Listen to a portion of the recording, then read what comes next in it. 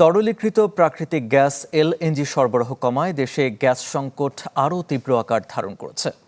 স্থানীয় গ্যাস উৎপাদন প্রতি বছর প্রায় 15 কোটি ঘনফুট কমছে। পুরনো কূপ সংস্কারেও মিলছে না প্রত্যাশিত গ্যাস। অন্যদিকে ক্ষতিগ্রস্ত ভাসমান এলএনজি টার্মিনালের কারণে দৈনিক গ্যাস সরবরাহ নেমেছে প্রায় 2150 মিলিয়ন ঘনফুটে। এতে শিল্প, বিদ্যুৎ, সিএনজি এবং আবাসিক খাতে সংকট বেড়েছে। বিশ্লেষকরা বলছেন, বিশ্ববাজারে এলএনজির দাম বৃদ্ধি, কাতার থেকে সরবরাহ অনিশ্চয়তা এবং প্রয়োজনীয় অবকাঠামোর অভাবে সংকট দ্রুত কাটানো কঠিন। পেট্রোবাংলার মতে, স্থানীয় গ্যাস উৎপাদন না বাড়ালে টেকসই সমাধান সম্ভব নয়। সংকট মোকাবেলায় সরকার নতুন কূপ খনন, এলএনজি আমদানি বৃদ্ধি এবং ভোলার গ্যাস রাজধানীতে আনার উদ্যোগ নিয়েছে। তবে এসব পরিকল্পনার সুফল পেতে আরও সময় লাগবে বলে মনে করছেন সংশ্লিষ্টরা।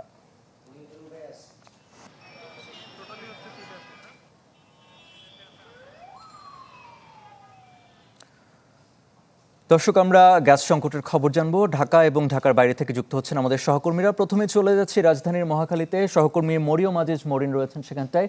মরিন, এই সংকট ঘিরে এখন কি পরিস্থিতি দেখছেন আমাদের জানাবেন, এবং কতটা ভোগান্তিতে চালক এবং সাধারণ মানুষ?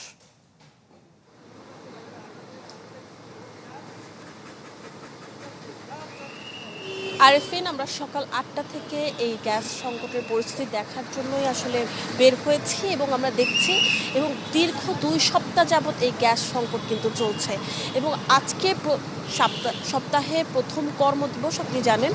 সেই কারণে আসলে দেখতেই পাচ্ছেন আমার দুই পাশেই আসলে গাড়ি এবং সিএনজি চালকদের ভিড় এবং দীর্ঘ সারি। কেউ কেউ ভোর 4টা, কেউ কেউ ভোর 6টা থেকে আসলে এই ফিলিং স্টেশনে অপেক্ষাকৃত আছেন। এবং আপনাকে যদি একটু বলতে চাই, সবথেকে ভোগান্তিতে রয়েছেন সিএনজি চালকরা। আপনি দেখতে পাচ্ছেন যে সিএনজির দীর্ঘ সারি এবং তারা এখন পর্যন্ত সারিতেই রয়েছেন। তারা 3-4 ঘন্টা অপেক্ষা করেও কিন্তু এখনও গ্যাসের লাইন পর্যন্ত আসলে পৌঁছাতে পারেননি। এর আগেও আমি তেজগাঁয়ে যেখানে ছিলাম, সেখানেও আসলে 1 ঘন্টা তাদের সিরিয়াল পাওয়ার পরেও তাদের 1 ঘন্টা অপেক্ষাই করতে হয়েছে। আসলে প্রেশার কখন উঠবে, তখন হচ্ছে গ্যাস সরবরাহ শুরু হবে। এবং আপনাকে যদি একটু বলি, আমরা চালকদের সাথে কথা বলেছি, সিএনজি চালকদের সাথে কথা বলেছি। তারা বলছিলেন আসলে ভোগান্তির পর্যায়ে এমনভাবেই ঠেকেছে যে তাদের বিকল্প পেশা ব্যবস্থা করা ছাড়া আসলে উপায় নেই। তারা চাচ্ছেন যে সরকার যেন একটি টেকসই পদক্ষেপ নেয়, যেন এই সংকট দ্রুততম সময়ে আসলে চলে যায়। এবং আপনাকে যদি একটু বলতে চাই যে যারা ভাড়ায় চালিত গাড়ি রয়েছে, তারাও আসলে বলছিলেন যে প্রত্যেক দিন সকাল থেকেই আসলে এই দীর্ঘ সারিতে দাঁড়িয়ে 3-4 ঘন্টা লাইনে দাঁড়িয়ে আসলে গ্যাস নেওয়া অনেকটাই ভোগান্তির। সাথে সাথে আসলে যাত্রীদেরও ভোগান্তির অনেকটাই বিষয় রয়েছে। কারণ আসলে যখন 3-4 ঘন্টা দাঁড়িয়ে যখন গ্যাস নিচ্ছেন সিএনজি চালকরা এবং গাড়ি চালকরা, সেই ক্ষেত্রে যাত্রীদের ভাড়াও কিন্তু বেশি গুনতে হচ্ছে। সেই জায়গা থেকে তারা অনেকটাই ভোগান্তিতে রয়েছেন এবং যারা ফিলিং স্টেশনে রয়েছেন কর্মরত, তাদের জন্য আসলে একটি চাপের বিষয়। কারণ এতগুলো গাড়ি সিএনজি একসাথে তাদেরকে আসলে গ্যাস দিয়ে তারা আসলে পারছেন না।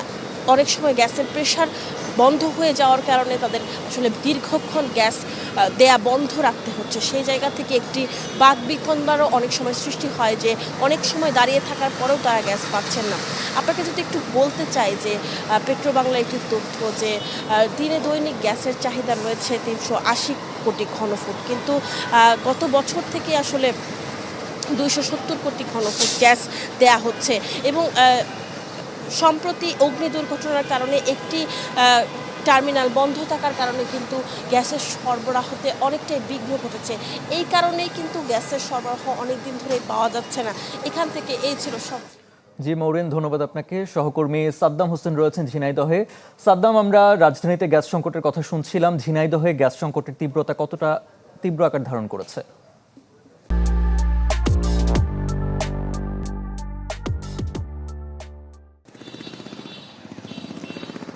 আরএফএন, আসলে আপনাকে একটি বিষয় আমি আগে জানিয়ে রাখি যে ঝিনাইদহ জেলায় কিন্তু সিএনজি গ্যাসের যে প্রচলন বা ব্যবহার সেটি কিন্তু নেই।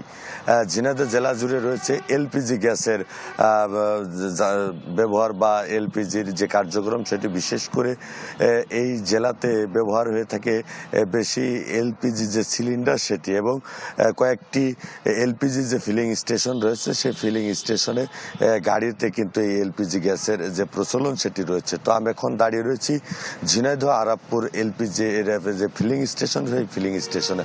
আমি এখানে এসে ফিলিং স্টেশন কর্তৃপক্ষের সাথে কথা বলেছি।